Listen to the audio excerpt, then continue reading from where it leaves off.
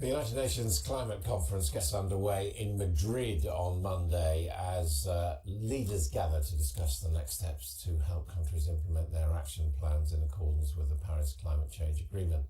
Ahead of that meeting, the think tank, the IPPR, has released a new report calling for the UK to commit £20 billion to the UN Climate Fund as its fair share. This comes as the main parties have put climate change in their proposals at the heart of their election manifestos. The Conservatives have promised a so-called green industrial revolution with the aim of making Britain a net zero carbon emitter by 2050.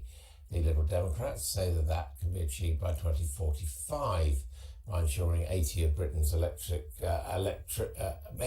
Britain's electricity comes from renewables by 2030.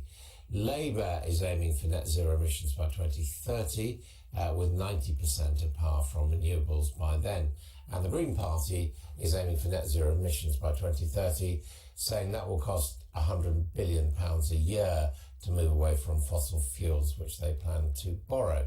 Well, joining me now is the environmental policy specialist at the IPPR, Laurie Laybourn-Langton. Welcome to you.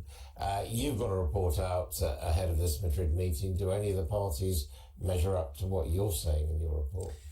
Our report is primarily looking at what the UK needs to be doing internationally, and a number of the parties have made big commitments. Of all, I think, talked about making sure that the UK steps up and provides some international leadership. The current government, for example, has committed a decent amount of money in the past to making sure that the UK is helping other countries around the world. By releasing this report today, we wanted to make sure that parties are a bit aware, or more aware, of the scale of the contribution that Britain's making. Now this £20 billion to the UN Climate Fund, what's that for?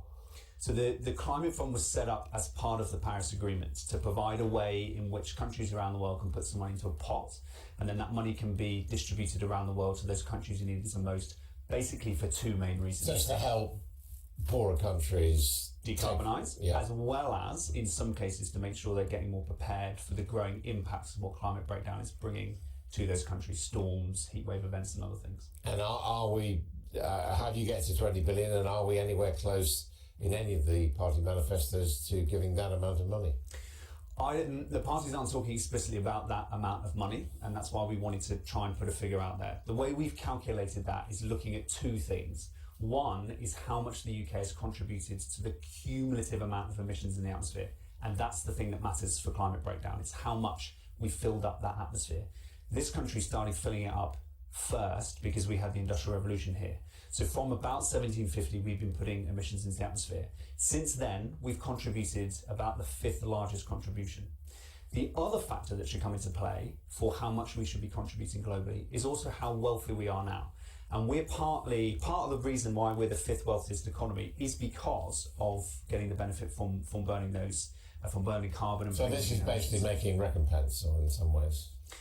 Well, we in some ways have used up quite a bit of our fair share historically, and it's incumbent upon a country like the UK that's done that, and also is wealthy now and has an ability to help others, to then do its fair share in helping countries around the world contribute to what is has to be a global solution. In terms of how much we produce now, is it more important actually to make sure that bigger countries, bigger economies make cuts rather than the impact of our cuts could make?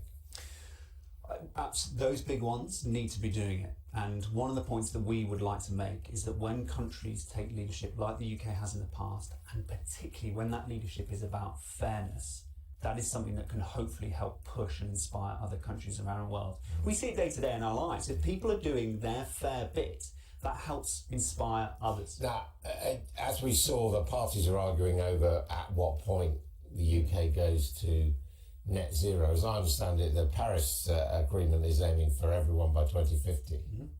So does it really matter whether we go, if we get there by 2050, does it matter if we don't do it before? Yeah. So think of the atmosphere like a bathtub for a second, and every nation has a tap on filling up that bathtub.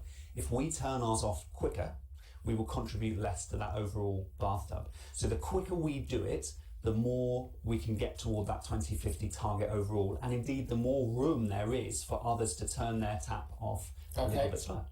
Laurie Laybourn-Langton, thank you very much indeed. That's it from All Out Politics for this week. Please join me again on Monday.